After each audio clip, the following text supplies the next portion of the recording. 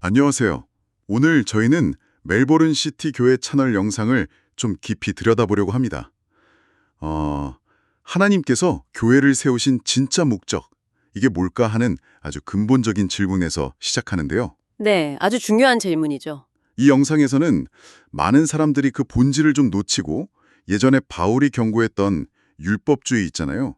그러니까 규칙 지키기에만 매달리는 그런 함정에 빠진다고 지적해요. 맞습니다.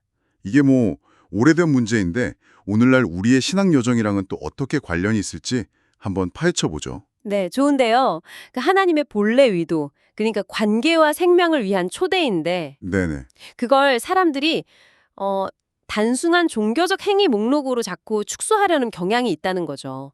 그 차이를 구별하는 게 정말 핵심입니다.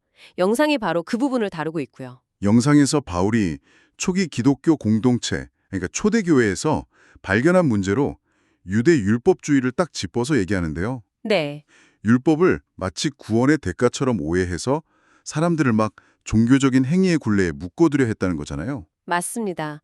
바울 자신도 디모데 전서에서 말했듯이 율법은 올바르게 사용하면 선한 거예요. 아, 올바르게 사용하면? 네, 여기서 올바르게라는 건 그 목적, 그 본심을 이해하는 걸 뜻하죠. 율법은 뭐랄까 우리를 옥죄는 쇠사슬이 아니라 네. 사랑으로 만든 안전 가이드라인? 뭐 그런 느낌인 거죠. 결혼 서약이 서로를 묶는 족쇄가 아니라 신뢰에서 비롯된 약속인 것처럼요. 와, 그 비유 좋네요. 결혼서약. 그런데 영상에서 좀 흥미로운 지적이 있었어요.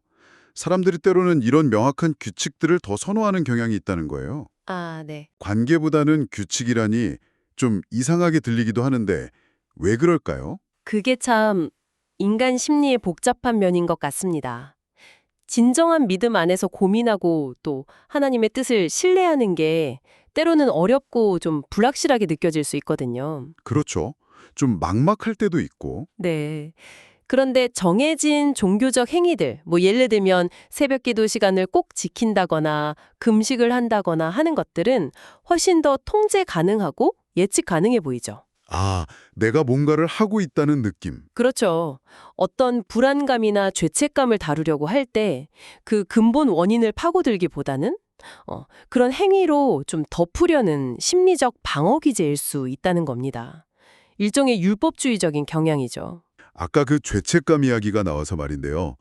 영상에서 죄책감 설명하는 방식이 정말 인상 깊었어요. 아, 네. 그 비유 말씀이시죠? 네, 사탄이 주는 정죄가 아니라 하나님께서 우리가 좀 잘못된 길로 갈 때 알려주시는 알람 같다는 거요. 네, 맞아요. 그 관점을 확 바꿔주죠. 자동차 운전할 때 차선 이탈 경고 시스템 같은 거 생각해 보시면 돼요. 네네. 그 목적이 운전자를 막 창피 주려는 게 아니잖아요. 주의하세요. 경로 벗어나고 있어요. 이렇게 알려주는 안전신호죠. 그렇죠. 위험하다고. 네. 죄책감도 우리 양심을 통해 들려오는 하나님의 그런 경고음 같아서 우리를 회개하고 안전한 길, 그러니까 하나님과의 올바른 관계로 돌아오도록 이끌기 위한 장치라는 거죠. 그러면 죄책감을 느끼는 것 자체가 문제가 아니라 그 알람 소리를 들었을 때 우리가 어떻게 반응하느냐, 이게 중요하겠네요. 바로 그겁니다. 영상에서는 사탄이 이 경고음을 두 가지 방식으로 왜곡한다고 지적해요. 어떻게 왜곡하는데요? 하나는 그걸 우리 존재 자체를 부정하는 정죄감으로 막 부풀리는 거고요. 아, 난 역시 안 돼. 이런 식으로? 네. 또 다른 하나는 변명이나 합리화 아니면 아예 그냥 뻥꺼남으로 그 경고 자체를 무시하게 만드는 겁니다. 듣기 싫으니까 그냥 꺼버리는 거네요. 그렇죠. 사이드미러 보고 핸들 바로 잡아야 하는데 그냥 차를 탓하거나 라디오 볼륨만 키우는 셈이죠. 아, 그러네요. 영상에서 또 실수하고 넘어져도 괜찮다는 메시지도 있었던 것 같아요. 중요한 건 포기하지 않는 마음이라고. 네, 맞습니다. 연약함을 인정하는 거 중요하죠. 하지만 거기서 멈추는 게 아니라 그럼에도 불구하고 하나님의 자녀답게 살아가려는 그 의지를 놓지 않는 것. 이게 어쩌면 그 알람에 제대로 반응하는 방식일 수 있겠네요. 네.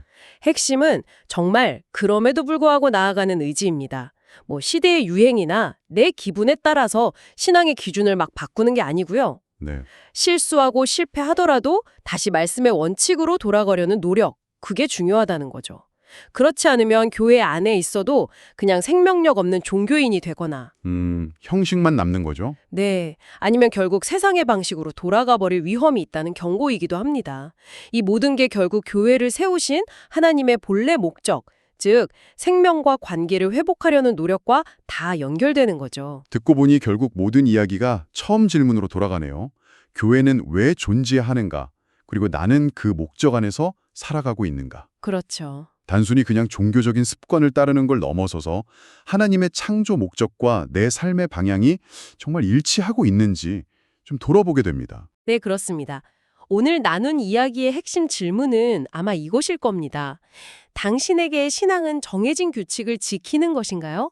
아니면 하나님과의 살아있는 관계 속에서 그분의 목적을 따라가는 여정인가요? 또 당신의 양심을 통해 울리는 그 죄책감이라는 하나님의 알람 소리에 귀 기울이고 계신가요?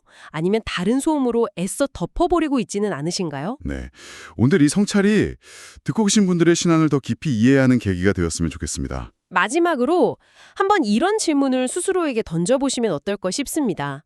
당신의 삶에서 하나님의 창조 목적과 당신 개인의 삶의 목적이 어떻게 만나고 있다고 느끼시나요? 그 연결점. 네. 어쩌면 그 연결점을 발견하고 또 만들어가는 그 과정 자체가 바로 우리가 신앙이라고 부르는 것일지도 모르겠습니다.